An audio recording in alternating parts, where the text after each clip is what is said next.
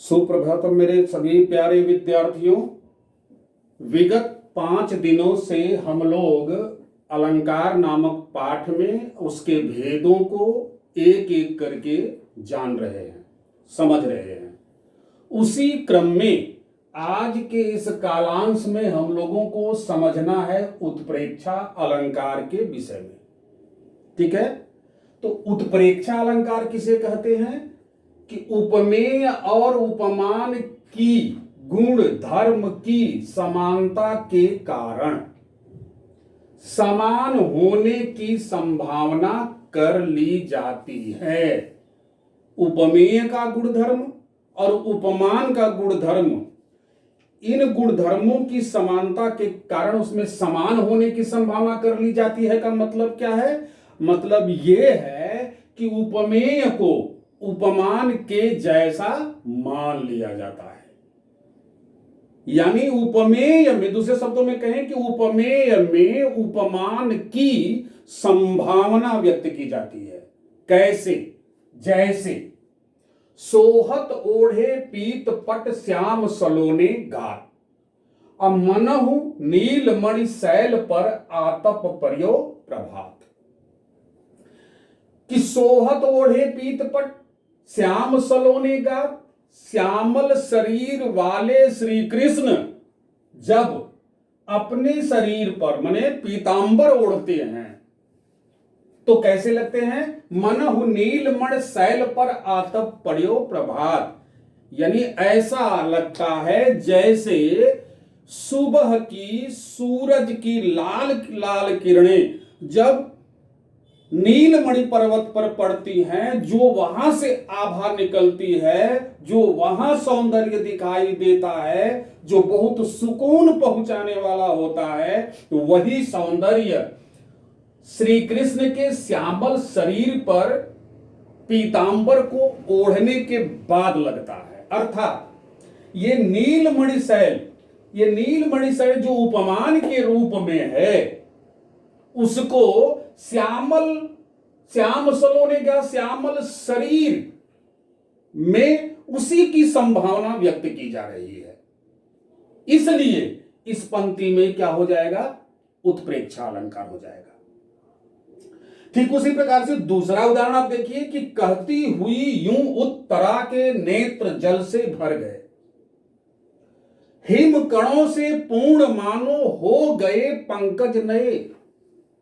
ध्यान दीजिए, उत्तरा के नयन, आंसू भरे नयन में संभावना किसकी व्यक्त की जा रही है? ओस, हिमकणों माने ओस, जब पंकज माने कमल पर ओस कण आकर के विराजमान हो जाते हैं और जैसे लगते हैं वैसी ही संभावना उत्तरा के आंसू भरे नयन माने नेत्रों को देखकर लगनी संभावना व्यक्त की जा रही है। उत्तरा के आंसू भरे नयनों में किसकी संभावना व्यक्त की जा रही है?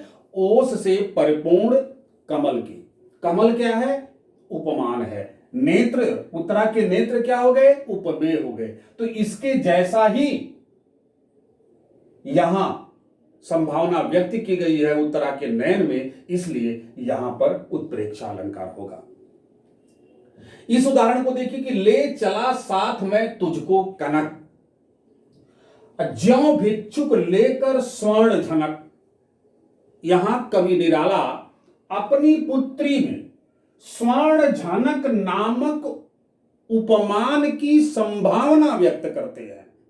यहां स्वर्ण झनक उपमान के रूप में है और निराला की पुत्री क्या है? उपमेय है। उसमें वो क्या संभावना व्यक्त कर रहे हैं? स्वर्ण झनक की। इसलिए इसमें उत्प्रेक्षा अलंकार है। सिर फट गया उसका वहीं मानो अरुण रंग का घड़ा। सिर के फट जाने के बाद जब उससे रक्त निकलने लगते हैं तो उस समय के दृश्य को क्या कहता है कवि? कि सिर फट गया उसका वहीं मानो अरुण रंग का, अरुण कहते हैं लाल को, लाल एक घड़ा जिसमें लाल रंग भरा हुआ है, वैसी ही संभावना व्यक्त की गई है। कहां? फटे हुए सिर में।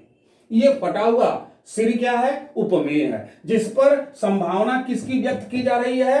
लाल रंग के घड़े की, अर्थात उपमान की संभावना उपमेय में की जा रही है, लिहाजा इसमें भी उत्प्रेक्षा अलंकार होगा। ये 4 उदाहरण आपके सामने हैं, 400 उदाहरण आपके सामने आ सकते हैं।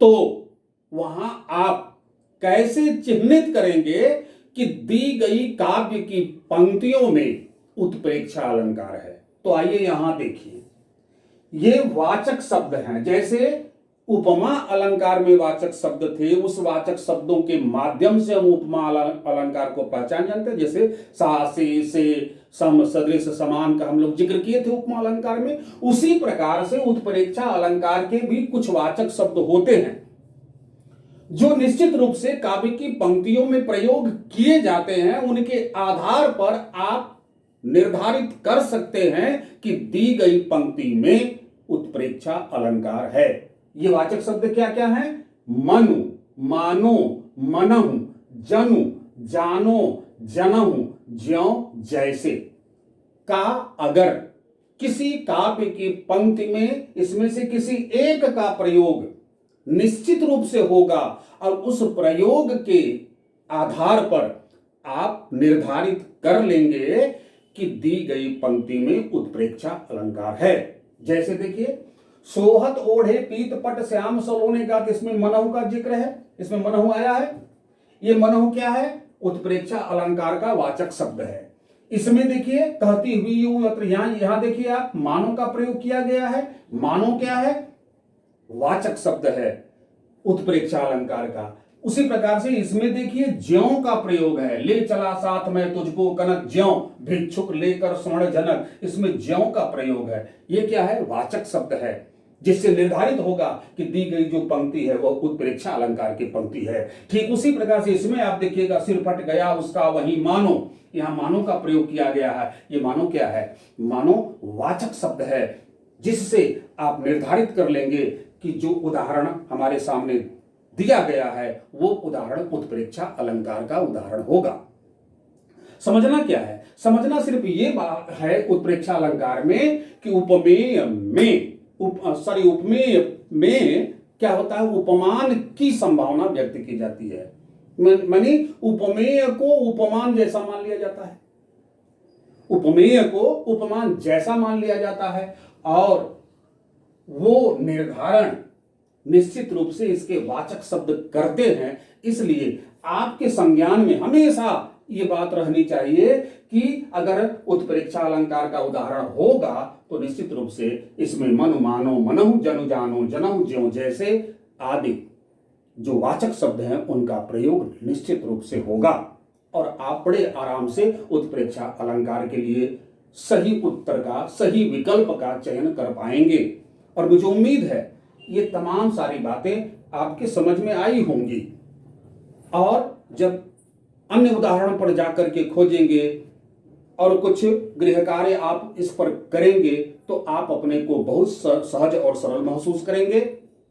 इस प्रकार से ये उत्प्रेक्षा अलंकार के अलावा जिन 2 और अलंकारों की चर्चा करनी है वे बचते हैं। कौन कौन? अतिशयोक्ति अलंकार और मानवीकरण अलंकार। जब हम लोग अगले वीडियो में उन अलंकारों का जिक्र हम लोग देखेंगे और तब तक के लिए आप ध्यानपूर्वक बिना किसी तनाव के वीडियोस को देखने के बाद कुछ और उदाहरण खोजें और खोज करके उसमें से सही उत्तर का चयन करें। निश्चित रूप से इससे आपका आत्मविश्वास बढ़ेगा और ये बढ़ा हुआ आत्मविश्वास आपको अधिक अंक दिलाएगा, इसमें कोई संदेह नहीं है। याद रखिए, एक अंक से कोई रैंक 1 पर पहुंचता है, एक ज्यादा अंक प्राप्त कर लिया तो रैंक 1 का विद्यार्थी कहलाता है और एक ही अंक नहीं मिलने की स्थिति में वह लाखों लाख विद्यार्थियों के पीछे चला जाता है। इसलिए हमेशा मैं मानता हूं कि आप लोग अंक योद्धा हैं और इसलिए जो समझबूझ मां सरस्वती की कृपा से है प्राप्त, उस सारी की सारी आप लोगों तक पहुंचाने का प्रयास कर रहा हूं। उम्मीद है आप बड़ी आसानी से, सहजता से सब कुछ सीखते और समझते जा रहे हैं। कल दूसरे वीडियो में मिलेंगे। धन्यवाद।